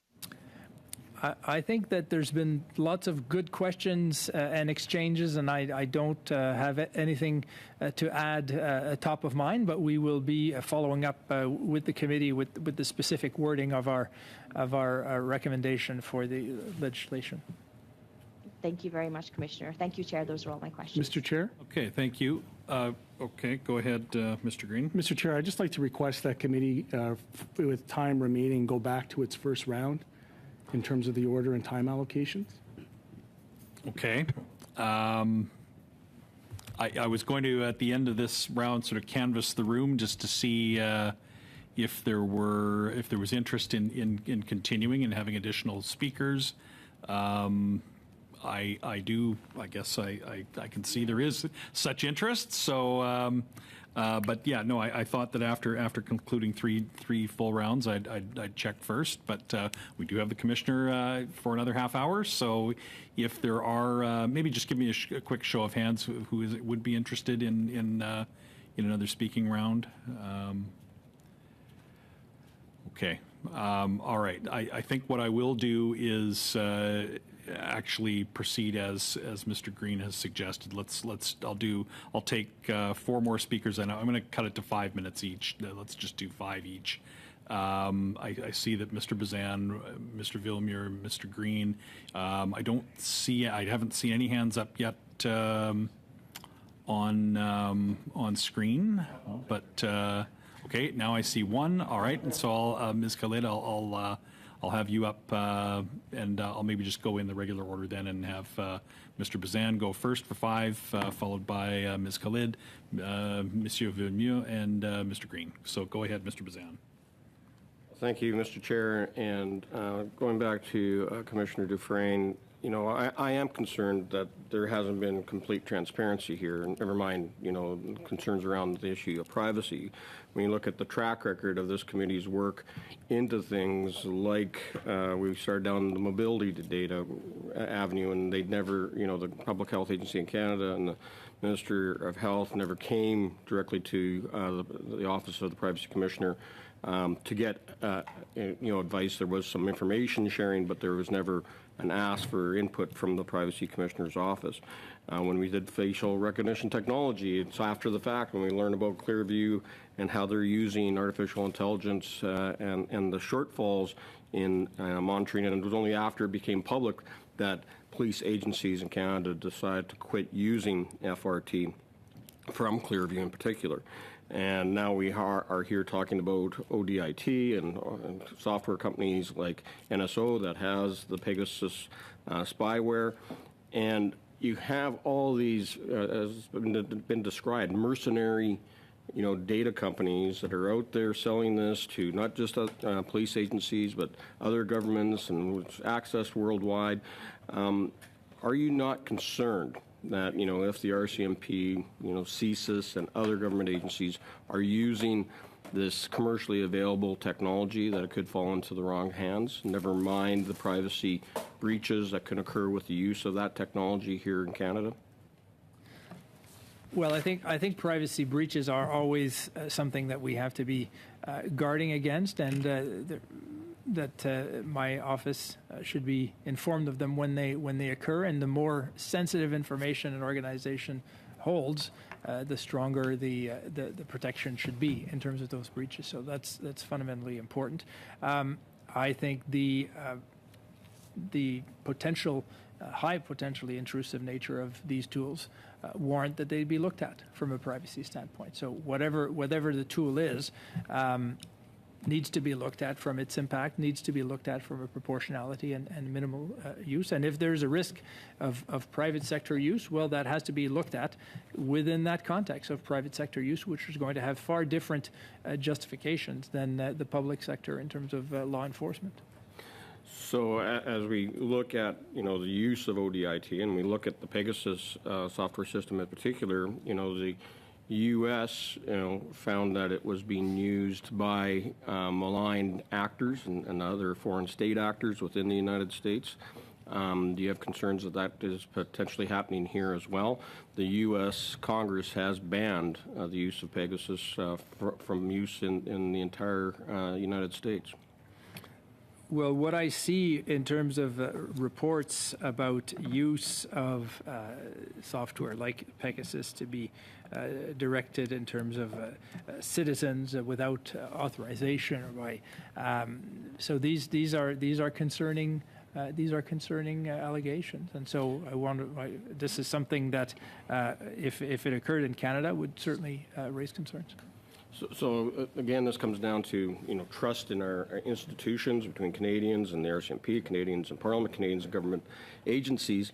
When we had this question on the order paper return, the RCMP said that they'd used ODIT 10 times.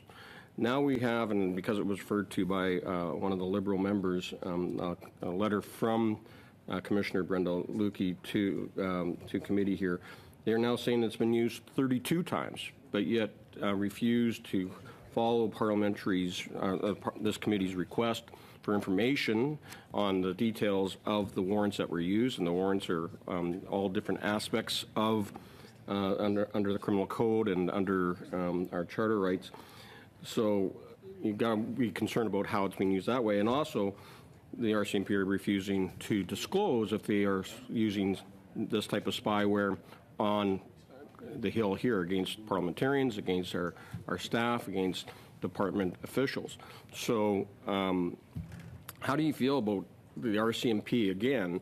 The yardsticks keep moving. They refuse to comply with Parliament's supremacy here in getting information, as well as withholding critical information that this committee has requested that would also help inform your office on how ODIT is being used in Canada.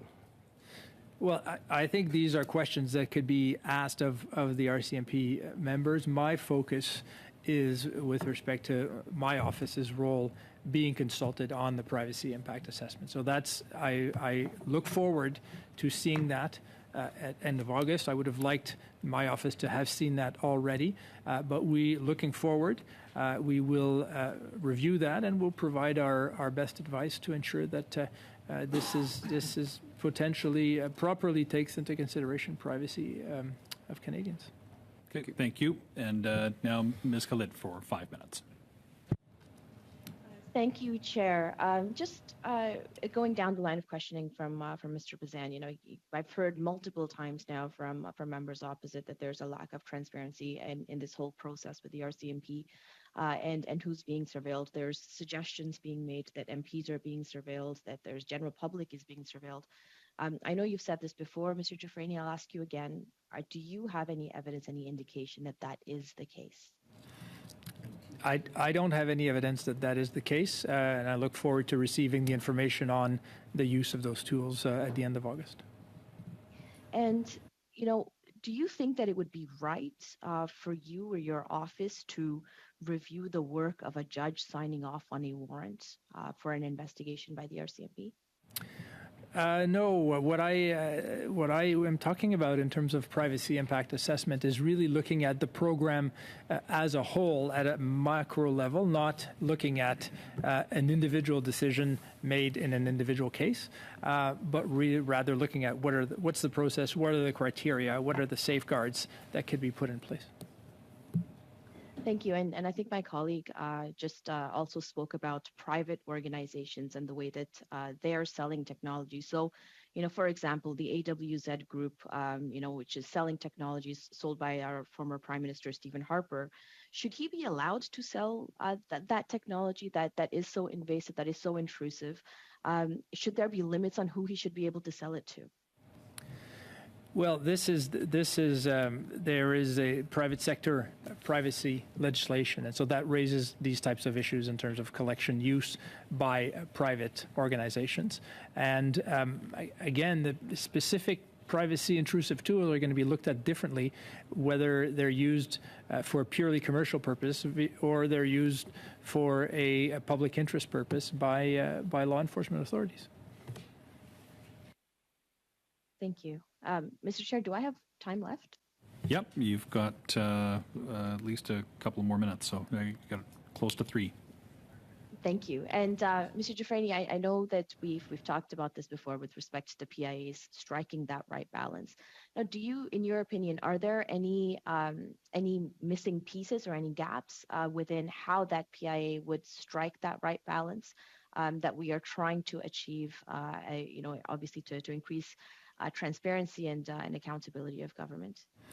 I think the PIA process, the way that it's described in the Treasury Board policy, the way that is described in the advice by my office in terms of what we look for in PIAs is very comprehensive. It balances risks. It looks at situations in their proper context, and it puts the efforts where they need to be put.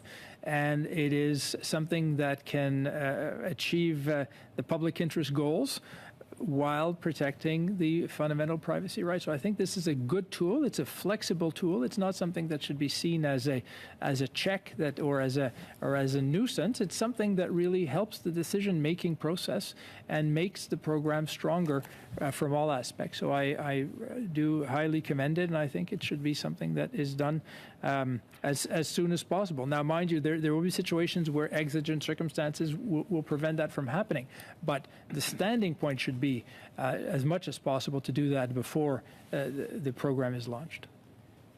And are these conversations that you're having with your provincial territorial counterparts as well with respect to provincial law enforcement as well? Well, we are talking about all issues relating to privacy, and we're talking about trends, and we're looking at what to expect in terms of law reform, in terms of evolving technology. So we haven't spoken about this specific topic. Thank you. And those are all the questions I have, Chair. Thank you. And now go ahead, Monsieur Demure, pour 5 minutes. Merci beaucoup. Thank you, Mr. Chair.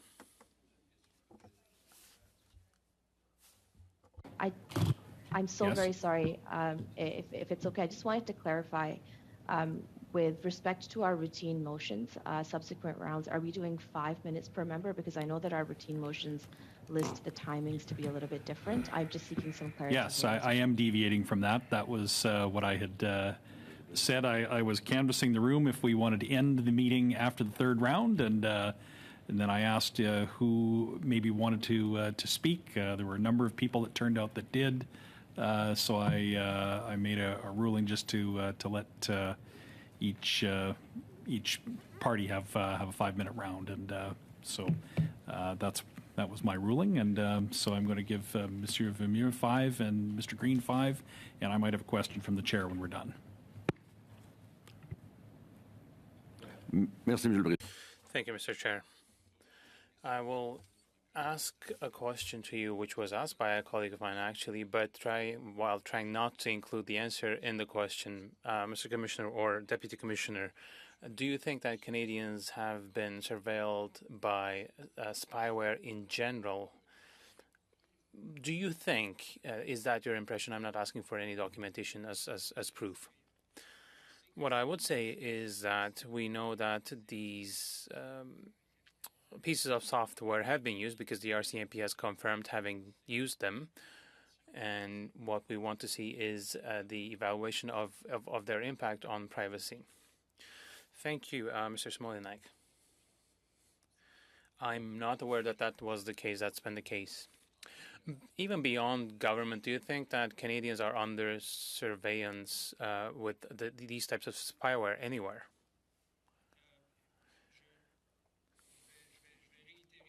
I will reiterate the response that I provided based on the information that we were given. There might be other witnesses which can talk about their experiences. When you carry out, or when you do the PIA and you see that there are cracks in systems, Apple's or Samsung's, for instance, do you take these back to the manufacturers so that the privacy of users can be protected? Maybe Mr. Smolinak can talk about this in a bit more detailed manner, but I think that we would make some comments to protect privacy. So there would be dialogue between cell phone manufacturers and your office so that these shortcomings in the systems potentially could be rectified. We do have consultation mechanisms with governments. We have consultation mechanisms with the business world. So these are initiatives that we have so that organisms can contact us and consult us on potential initiatives so that, on a case-by-case basis, we would come up with recommendations retroactively. But if you find a loophole, for instance, maybe not Apple, but maybe another manufacturer, would you contact them so that they can take care of it? If we find a loophole and that we have not been contacted, well, there might be the potential of starting a complaint procedure or exchanging on the topic proactively with the organization. I don't know, maybe my colleague would have more information on that. That can be done. So you're not doing nothing. Okay, thank you. This year, Canada will be the chair of the Freedom Online Coalition, so this will be a stage for best practices in the field. Do you think that it would be a good idea for Canada to bring this to the agenda, to talk about it with other countries so that collaborative work can be done on it?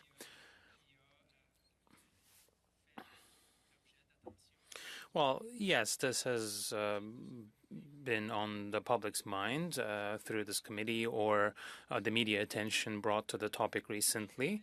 This is something that intrigues Canadians when it comes to their usage of their devices. The article in Politico was the first one to break out the news. When you think about these articles and others, when you talk about privacy, public security, and confidence, when you read these articles and when you put yourself in the shoes of the ordinary citizen, are you concerned? Well, I think we should be able to reinforce the mechanisms in place. That's our recommendation. So the regime to evaluate impacts on privacy. So reading these articles, that is important to be able to say to Canadians that there are verifications, there will be verifications carried out, there will be consultations with authorities in terms of privacy, and I think that would be reassuring for Canadians. Okay. So to go back on a point we've talked about already before, but we know that technology advances very quickly, goes faster than legislation. Should we envisage a moratorium on the use of such software? Well, I would wait to have the specific presentation on the pieces of software that are in question. So are you talking about the RCMP presentation in August or in general? Yes, the presentation by the RCMP in August, yes, that's when we will have information on the tools. But maybe these spywares are used by other entities, governmental or otherwise.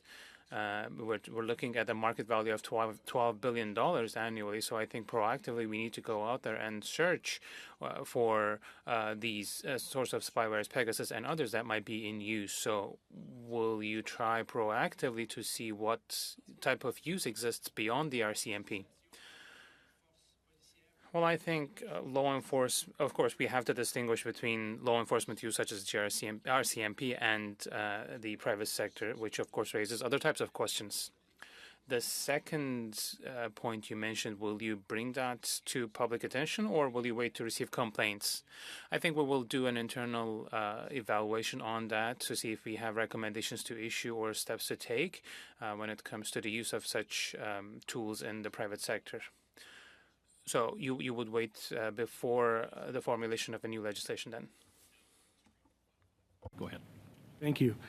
Through you, Mr. Chair, are you aware of the use of Stingray technology, the dummy cell phone towers that are set up to capture information as it comes and goes? We had an investigation on stem cell site simulators, so that we looked at in terms of the RCMP's use of those tools. And what did you find in that investigation? In that investigation, we find that when it was authorized by a judicial warrant, that it was compliant with privacy legislation. There were instances where we had not received sufficient evidence to indicate that it was judicially authorized or that there were exigent circumstances. So just to be clear, you're stating here on the record that the RCMP was using I think it's commonly called Stingray technology, the artificial cell phone towers to intercept information without warrants. We said in our investigation that in certain instances they had not had warrants. I believe their position was that these were exigent circumstances and we didn't have information from them on that. And when this technology is used, do you understand it to be true that it captures everybody's information and doesn't necessarily have the ability to target individual phones? I'm not sure if Mr. Smolinek can answer this one more specifically. No, I can't answer more specifically. Okay.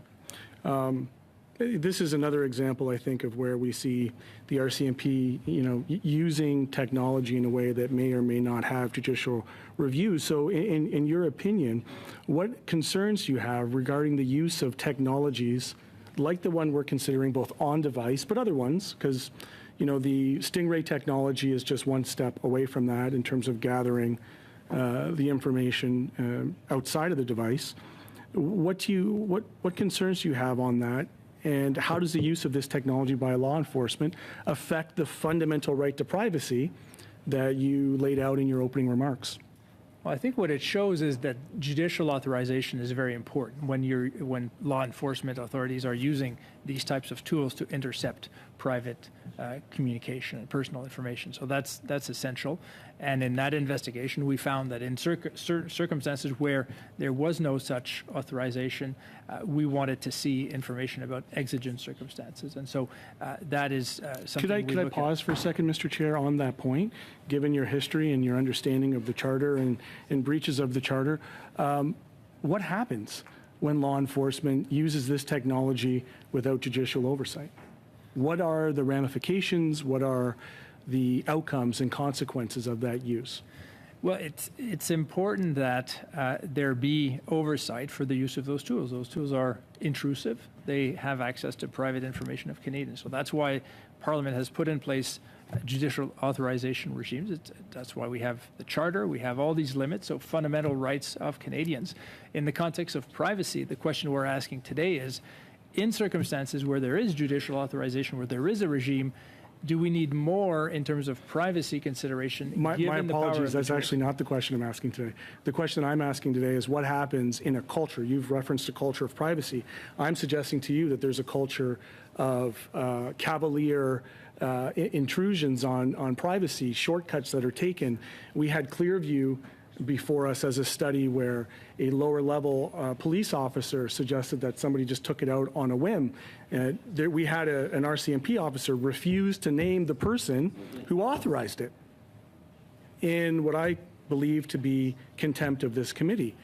So the question that I'm asking isn't so much in the perfect scenario, but what are the threats and risks involved in situations where an officer goes rogue for whatever reason, or doesn't necessarily have the oversight, even within the RCMP, quite frankly, to do the things that they're doing, given the expansion of technology and the industry's propensity to offer this stuff even through, as I'm hearing anecdotally, even through trial bases and for free to kind of circumvent procurement?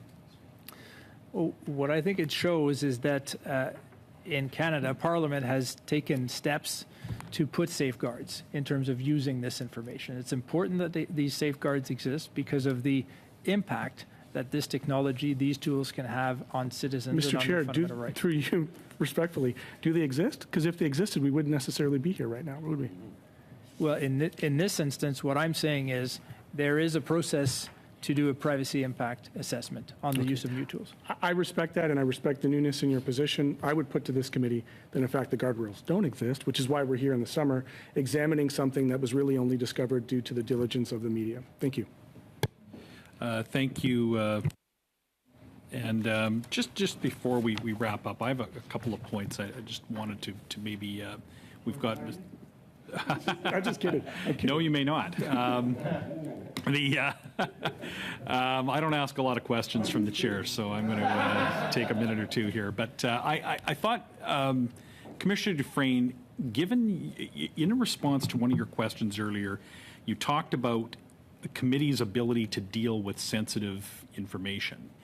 And you are the former law clerk, and you're probably uniquely qualified to maybe just give us a little more detail on how that works, just for the benefit of committee members, and I'll let you go ahead with that. Absolutely, and I'll answer that not wearing my law clerk's hat, but just talking about the constitutional law principles about the committee's authority to send for papers and records and to act as the grand inquest of the nation. You have the ability to seek information and to sit in camera and to put in place mechanisms to protect the confidentiality of information that you would request for your studies. All right, thank you. In response to the order paper question that really caused this study, the response, the public reaction, and the committee's decision, in that order paper response itself, the RCMP said that that the unit worked closely with the Public Prosecution Service and the Privacy Commissioner. Your testimony this morning did not seem to indicate that. Is that correct? That I think this is referencing a different unit of the RCMP and not the program that is using the audits. I think that's the distinction. Which program? Could you just so that we're clear, if you're able to differentiate between the two programs, that might help the committee. I think they were, my colleague can correct me, but I think they were talking about the Special I program in place since 1975, as opposed to the Kate program, which is dealing with. Thank you for clarifying that then. And with that, well, I think we're just about out of time. I don't really want to get into final, Just some clarification I need from you, Mr. Chair. okay, go ahead. If it's a point of order, then Mr. Chair, just go ahead. there has been some discussions around some of the documents that the committee has received from the RCMP, particularly correspondence from Commissioner Lucky. Because it has been discussed at this committee, can we make the documents that have been provided from the RCMP to committee public? Some of that has already been made public in the course of this meeting. Some committee members made reference to them. I'll just have a brief moment to ensure that with the clerk that I understand this correctly. That yes, they can be referred to.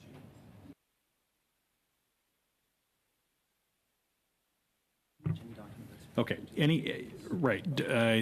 Any document that is supplied can be made public unless the committee agrees otherwise. So any of the material that the committee received, yes, can be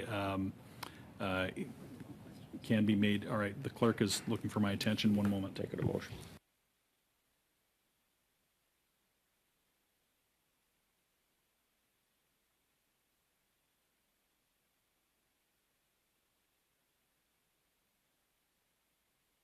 Okay. The material that's supplied is not private to the extent that it can't be referred to in committee, but at the same time, if it were to be made public via the committee's website, for example, that would be something that the committee would have to agree to. But the material is not secret. Members and members did, in the course of this meeting, refer to and read portions of it into the record. So it can be made public, and it's a matter of the will of the committee if they would choose to ask the clerk, for example, to place the material on the committee's website. So, Mr. Chair, I move that the material provided by the RCMP for the study on device investigation tools used by the RCMP be published on the committee's website. Okay. Your motion is in order, and this is I would consider the correct way to ensure that if the committee desires to have the material we've received public, that we do so. Discussion. I see Mr. Fergus and Ms. Khalid. No, I only see Ms. Khalid. Oh no, Greg, you've. All right, I'm going to go to. I see Ms. Khalid. Go ahead. Thanks, Chair. I'm just trying to seek maybe some clarity as to what is the purpose of putting these documents for public. I mean, I'm just wondering if there's anywhere that we are going with this. Clearly, we'll be hearing from the RCMP this afternoon. It would perhaps be more, efficient to do it after the RCMP have been here so that we can pose these questions to them as well. I'm not sure why we're having this conversation at the last 2 minutes of this meeting, but I'm just seeking some clarity as to what the objective of this is. Okay. I'm not in a position to answer that question, but I'll carry on. And I've got Mr. Fergus next, and I see Mr. Currick with his hand up. So go ahead, Mr. Fergus. Thank you very much, Mr. Chair. Could I ask if the chair could allow us to have 5 minutes to discuss this motion? Because it wasn't, when these materials were requested, I would just like to know a little bit more about what the implications are. And I would just like to have a couple of minutes to consider Mr. Bazan's motion. We're at, okay, at a minimum, I think I would like to excuse our witnesses who we're completed our examination of our witnesses, and our questions of our witnesses. So I'll maybe, with their thanks, allow them to leave if they would like to. And just in terms of managing our time, if we have the the committee resources to extend this meeting a few minutes because we're at the hour. I'd be inclined to proceed as Fergus has suggested and return to this in a few minutes. I have other obligations at 1 p.m. that I need to get to. You know, it's kind of going back to the whole principle of no surprises. I leave it to you, Chair. Okay. Well, I have Mr. Fergus who wants a few minutes to confer with colleagues. I don't want to continue to extend this meeting past. All right. Okay. Let's. I'll take my name off the list. Okay. So I at this point have no further speakers. I have a request for. Actually, sorry, Mr. Chair. Go ahead, Mr. Fergus. If it's inconvenient for members to continue, or if it's impossible for us to extend beyond 1 o'clock, perhaps we could save this for this discussion for the next meeting. Okay, but if there are right now I have no further discussion in front of me.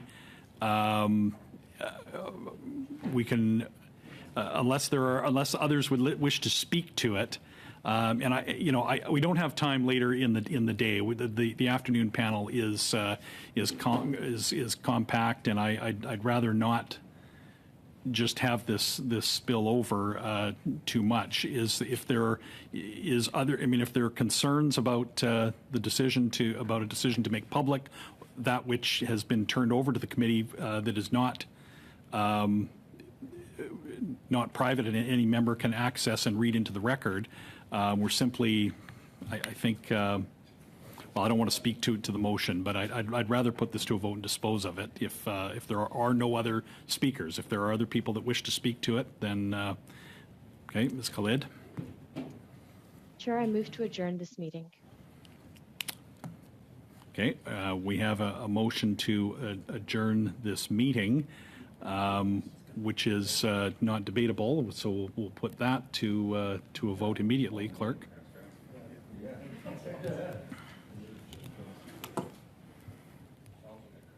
Ms. Khalid. I vote in favor. Mr. Baines. I vote in favor. Mr. Fergus. Je suis en faveur. Ms. Hepfner. En faveur. Ms. Kayabaga. In favor. Mr. Bazan. Opposed. Mr. Kirk. I'm opposed. Mr. Williams. Opposed. Mr. Villemure. Je suis contre. Mr. Green. Opposed. We have 5 yeas and 5 nays. I vote opposed. So the motion to adjourn is defeated. So we are back to the motion of Mr. Bazan to make public that which the committee has received. Public documents, it's just whether or not we... Okay. Again, just to clarify, these are public documents. The question before us is merely whether to publish them. They are public. The question before us is whether we make it easier for people to find them or not. Ms. Khalid, go ahead. Thanks, Chair. I just want to clarify. It's not that I'm opposed to disclosing documents or making them more accessible to the public. It's that whole the no surprises thing. We're willing to work with the whole team here. And at the 11th hour, we're getting motions coming up, and members have our contact information. Would like to work in a more collaborative fashion as opposed to a more hostile or oppositionary one. Chair, I just want to put that out there for members. We're willing to work with us and work on these important issues. Let's work together a little bit more, folks. Noted. Is there any other discussion? Then I'll call the question. And again, in the hybrid format, I will ask this in reverse. Is there anybody opposed to the motion? I see no opposition to the motion, so the motion is carried. And with that, meeting adjourned. We'll be back this afternoon.